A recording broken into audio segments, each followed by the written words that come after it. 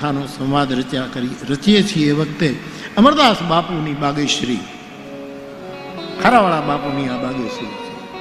કારણ કે બાગેશ્રી રાગ તો બહુ જ, પણ મેં પહેલી વાર અમરદાસ બાપુ પાસેથી આ બાગેશ્રી ચંદુ સરદારપુરમાં રામકથા બાપાએ બેસાડી ગામે રામજી મંદિરના આંગણામાં. અને હું તો જાઉં જ, સીધી વાત છે. અને અમરદાસ બાપુની કથા હોય.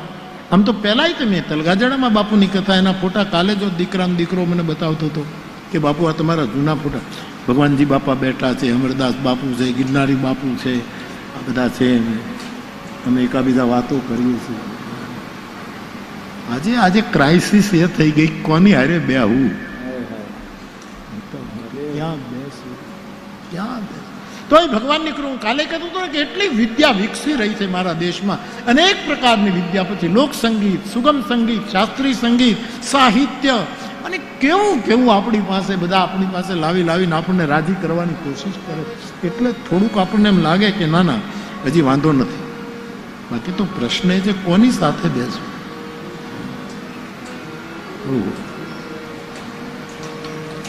આ છોકરાએ બાગેશ્રી ઉપાડ્યો એટલે મૂળ આ અમરદાસ બાપુનો બાગેશ્રી છે. નાની એવી કરતાલ રાખે, માછલી કરતાલ રાખે, અને માછલી નાની.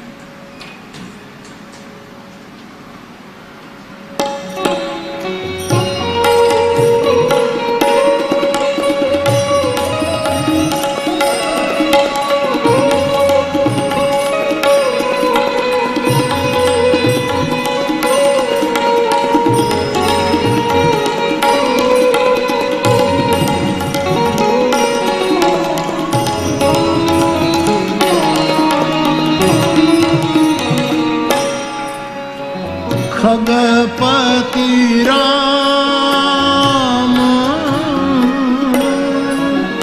કથા મેં બરની,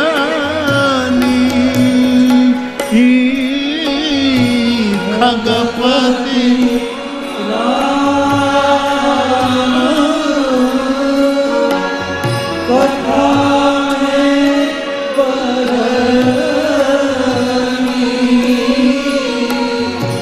સ્વમતિ બિલા